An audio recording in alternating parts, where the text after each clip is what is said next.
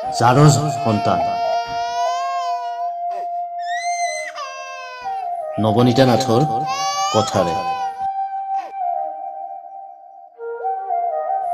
মানুহে মোক দেখিলে মোৰ ফালে আঙুলিয়াই কয়, মই হেনো এটা জাৰজ সন্তান। হয়, ঠিকেই, মই জাৰজ সন্তান।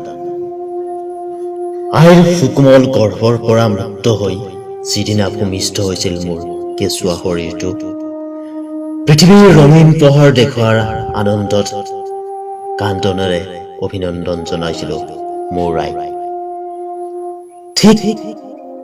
ঠিক সেই সময়ত মোক মোৰ আইয়ে এটুকুৰা কাপোৰেৰে মেৰিয়াই মোৰ কোমল কেঁচুৱা শৰীৰটো ৰাতিৰ আন্ধাৰে লৈ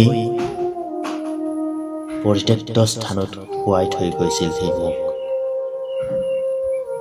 ঠিক সেই তেতিয়াৰ পৰাই মোৰ এটাই পৰিচয়, মই হেনো এটা জাৰজ সন্তান। মোৰ কান্দন শুনি যেতিয়া প্ৰাতঃভ্ৰমণলৈ অহা মানুহবোৰ গোট খাই অনাথ আশ্ৰমৰ আইৰ দুহাতত তুলি দিছিল মোৰ কেঁচুৱা শৰীৰটো, সেইদিনাৰ পৰাই আশ্ৰমখনে হৈ পৰিছিল মোৰ শেষ আশ্ৰয়স্থলী।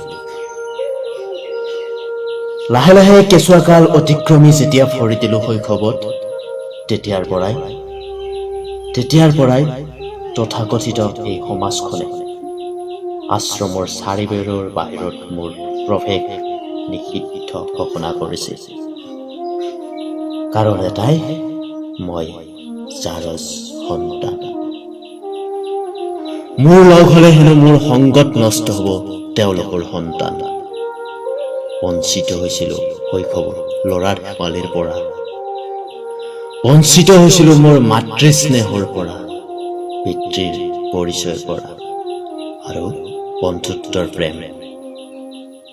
আনকি তোমাৰো ঘৃণাৰ পাত্ৰ হৈছিলো মই। কিন্তু মোৰ ভুল ক'ত?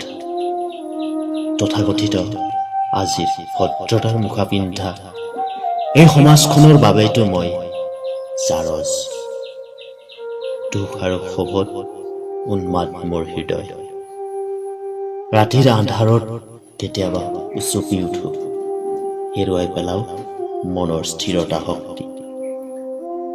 চকুত ভাহে মানুহবোৰে কৰা অৱজ্ঞা আৰু অৱহেলা, আৰু ঘৃণাৰ দৃষ্টিৰে মোলৈ চোৱা এখন স্পষ্ট জীয়া ছবি। কাণত বাৰে বাৰে ধ্বনি প্ৰতিধ্বনি হৈ বাজি থাকে এটাই শব্দ, মই হেনো এটা জাৰজ সন্তান। মই হেনো এটা জাৰজ সন্তান।